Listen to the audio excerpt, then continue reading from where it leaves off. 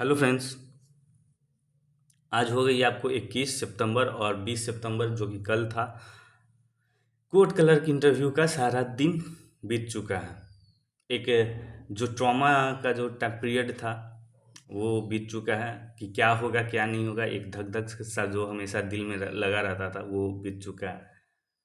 लेकिन इससे भी ज़्यादा ट्रॉमा वाला पीरियड अब स्टार्ट हो चुका है। जब तक कि इसमें मेरिट नहीं आ जाए, रिजल्ट इसकी फाइनल नहीं आ जाए, और ये एक बहुत बड़ा ट्रॉमा वाली बात अब आ रही है सामने।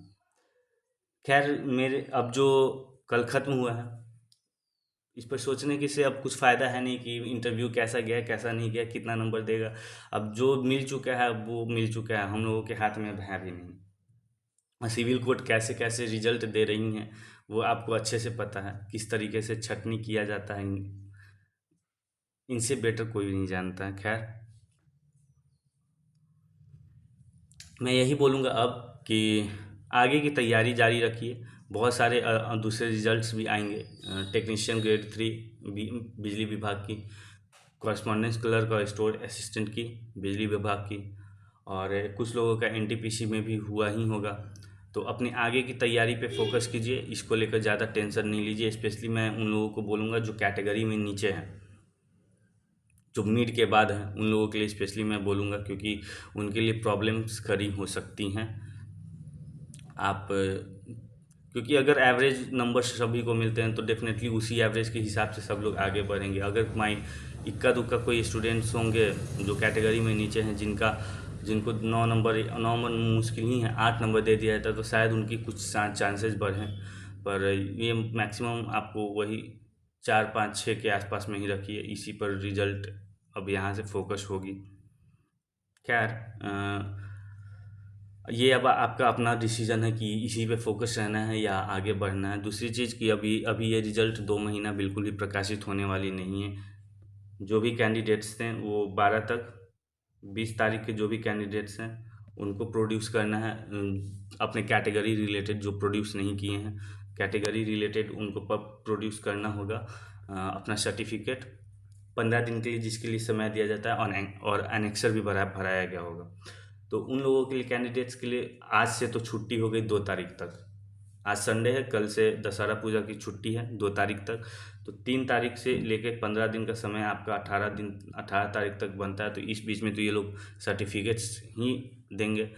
बाद बाकी कोर्ट अगर चाहेगी तो वो अपना यूआर का जो भी लिस्ट है वो बना सकती हैं। वो उसमें उनको कोई दिक्कत नहीं है, या उनको अगर इस बीच में अगर उनको कुछ वेरीफाई भी करना होगा किसी कैंडिडेट्स का तो वो भी कर सकती हैं।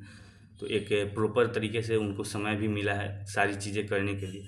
अब ये 18 दिन के बाद, इसके बाद आपका दशहरा, दुर्गा पूजा, ये सारी, सॉरी, दुर्गा पूजा बोल रहा हूँ, दिवाली से छठ ले तक फिर से छुट्टी है सिविल कोर्ट में। तो उसमें भी 7 8 दिन की छुट्टी हो जाए, 8 दिन 9 दिन की छुट्टी हो जाएगी कोर्ट में। तो डेफिनेटली उसमें भी नहीं आने वाली हैं कुछ चीज़ें, काम कार्य नहीं होगी। तो ये आपका समझ लीजिए अक्टूबर सिर्फ छुट्टियों में ही जाएगा। नवंबर में, अब आपकी बात मैं बोल रहा हूँ, तो 15 मिड नवंबर के बाद ही रिजल्ट पॉसिबल है। फिलहाल इसकी कोई पॉसिबिलिटी दिख नहीं रही। आगे की तैयारी फ्रेंड्स जारी रखिए, क्योंकि रिजल्ट्स आगे भी आएंगी। और हाँ, ये यहाँ से कोई लौटना नहीं चाहता है। स्पेशली मैं कैटेगरी में मिड के बाद वाले को ये सजेस्ट करना चाहूँगा, क्योंकि चांसेस कम हैं। तिगुना रिजल्ट क्योंकि दिया गया है, यूआर में भी है। तो वो कैंडिडेट्स तो आएंगे ना अपने कैटेगरी में कि यूआर वाले। तो उन लोगों को मैं बोलूँगा कि थोड़ा सा अपने आगे की को लेकर फोकस करिए। और जो इश्यूज़ हैं, वो जो इश्यूज़ हैं डॉक्यूमेंट से रिलेटेड, उसमें दिक्कतें स्टूडेंट्स को आएंगी। अब उनको सॉर्ट आउट कैसे करना है,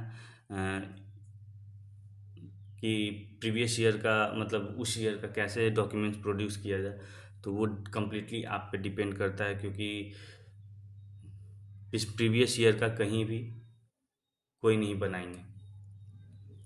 कोई अपना नौकरी देके आपको नौकरी तो दिलवाना चाहेगा नहीं। तो डेफिनेटली बात ये है। बाद बाकी फ़िलहाल के लिए इतना ही। धन्यवाद। जय हिंद।